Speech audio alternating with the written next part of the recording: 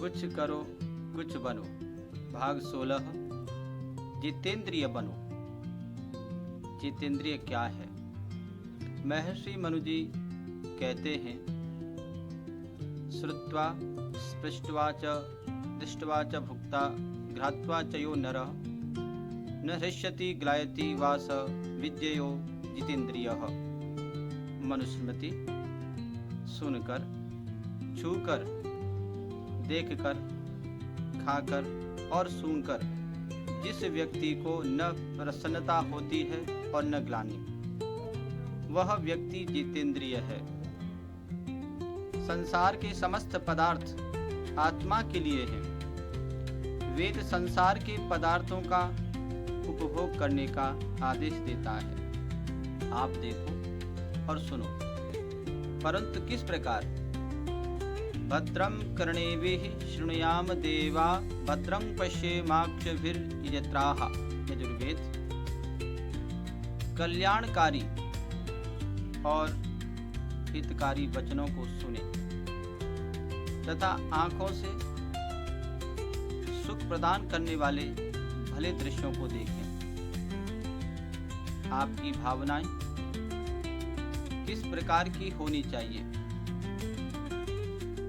आप खाओ, रसगुल्ला भी खाओ, बर्फी और कलाकंद भी उड़ाओ, परंतु इनके दास मत बनो, इनके पीछे मरो मत। रईस बनो, सईस मत बनो। जिव्या को अपने वश में रखो। आप जिव्या के वशीभूत मत हो जाओ। सुंदर वस्तु को देखकर उसके पीछे भागने मत जाओ। अपने कानों को राग रंग और अश्लील गानों के पीछे मत जाने दो। यदि आप बलवान बनना चाहते हैं तो इंद्रियों को अपने वश में कीजिए। मैं इंद्र है और ये इंद्रियां मेरी शक्तियां हैं। इस भावना को अपने जीवन में लाइए। विनोबा जी विद्यार्थियों को शिक्षा देते हुए कहते हैं, विद्यार्थी अवस्था में ही संयम की महान विद्या सीख लेनी चाहिए। जब आप संयम की शक्ति का संग्रह कर लेंगे, तब एकाग्रता भी जो जीवन की महान शक्ति है पा लेंगे। इंद्रियां निग्रह से शारीरिक स्वास्थ्य की प्राप्ति के साथ साथ मानसिक पवित्रता की भी प्राप्ति होती है। इंद्रिय दमन का अभ्यास जीवन को शांत, सहनशील और महान बना देता है। नेपोलियन महोदय अभी विद्यार्थी थे। अपने अध्ययन काल में उन्हें कुछ समय के लिए अकलौनी नामक गांव में एक नाई के यहाँ रहना पड़ा। नेपोलियन एक सुंदर और सुकुमार नौजवान थे। उनके सौंदर्य को निहार कर नाई की पत्नी उन पर मुग्ध हो गई और उन्हें अपनी ओर आकर्षित करने का प्रयत्न करने लगी। परंतु नेपोलियन को तो अपनी पुस्तकों से ये अवकाश नहीं था। वह जब भी देखती उन्हें अपने अध्ययन में तल्लीन पाती। अध्ययन समाप्त हुआ। नेपोलियन फ्रांस के प्रधान सेनापति चुने गए। सेनापति बनने के पश्चात वे एक बार पुनः उस स्थान पर गए।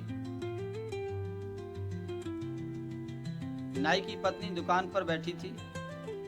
नेपोलियन ने पूछा, तुम्हारे यहाँ नेपोलियन नाम का युवक रहता था, तुम्हें कुछ स्मरण है?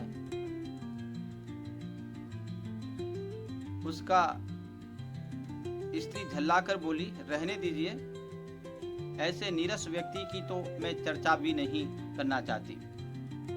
वह तो पुस्तक का कीड़ा था, कीड़ा। न उसे किसी से दिल खोलकर बात करना आता था और न हंसना ही। नेपोलियन ने मुस्कुराकर उत्तर दिया, ठीक कहती हो देवी। यदि नेपोलियन तुम्हारी रसिकता में उलझ गया होता तो आज फ्रांस का सेनापति बनकर तुम्हारे सामने खड़ा नहीं हो सकता था। सचमुच जितेंद्रियता मानव को महान बना देती है। युवकों, मन और इंद्रियों को निग्रह करो, आध्यात्मिक विजेता बनो, काम वासनाओं और दूषित विचारों को कुचल दो, गंदे और खोटे विचारों को अपने निकट मत आने दो,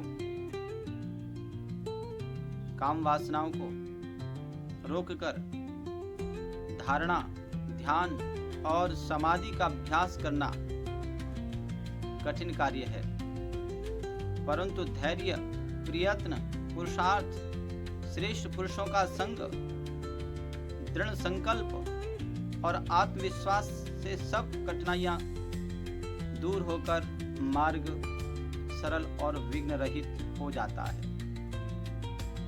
पुरुषार्थ करो, साहसी बनो, अंत में तुम विजयी बनोगे। संयमहीन पुरुष को अथवा स्त्री, युवक हो या युवती, सभी का जीवन व्यर्थ और निकम्मा है। इंद्रियों को निरंकुश छोड़ देने वाले व्यक्ति का जीवन बिना पतवार की नौका के समान है, जो पहली ही चट्टान से टकराकर चकनाचूर हो जाता है। जैसे कछुआ अपने सब अंगों को भीतर खींच लेता है, इसी प्रकार आप भी अपनी इंद्रियों को सभी विषयों से खींचकर जितेंद्रिय बनो, सभी बातों में संयम बनो। आपकी वाणी में संयम हो, कम बोलो,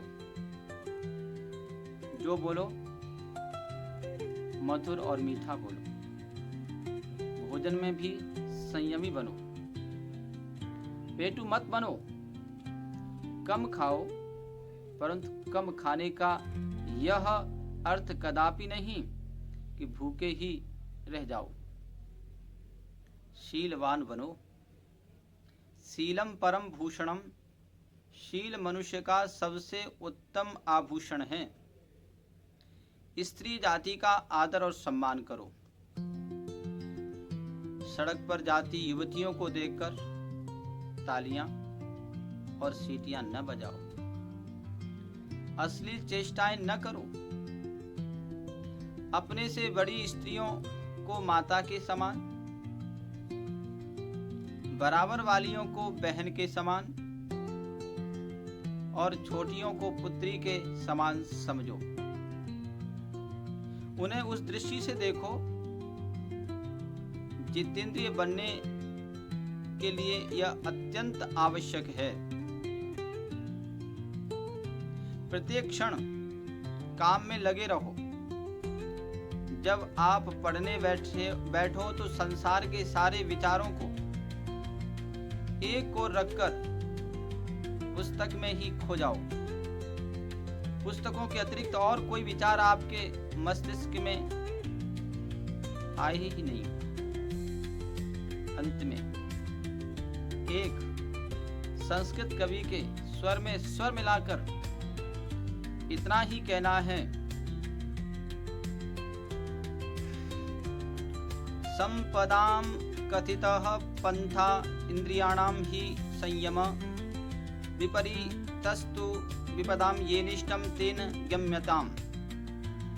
इंद्रियों का संयम संपत्तियों का मार्ग है, इसके विपरीत असंयम विपत्तियों का मार्ग है। जिसे चाहो चुन लो। इति ओम शम।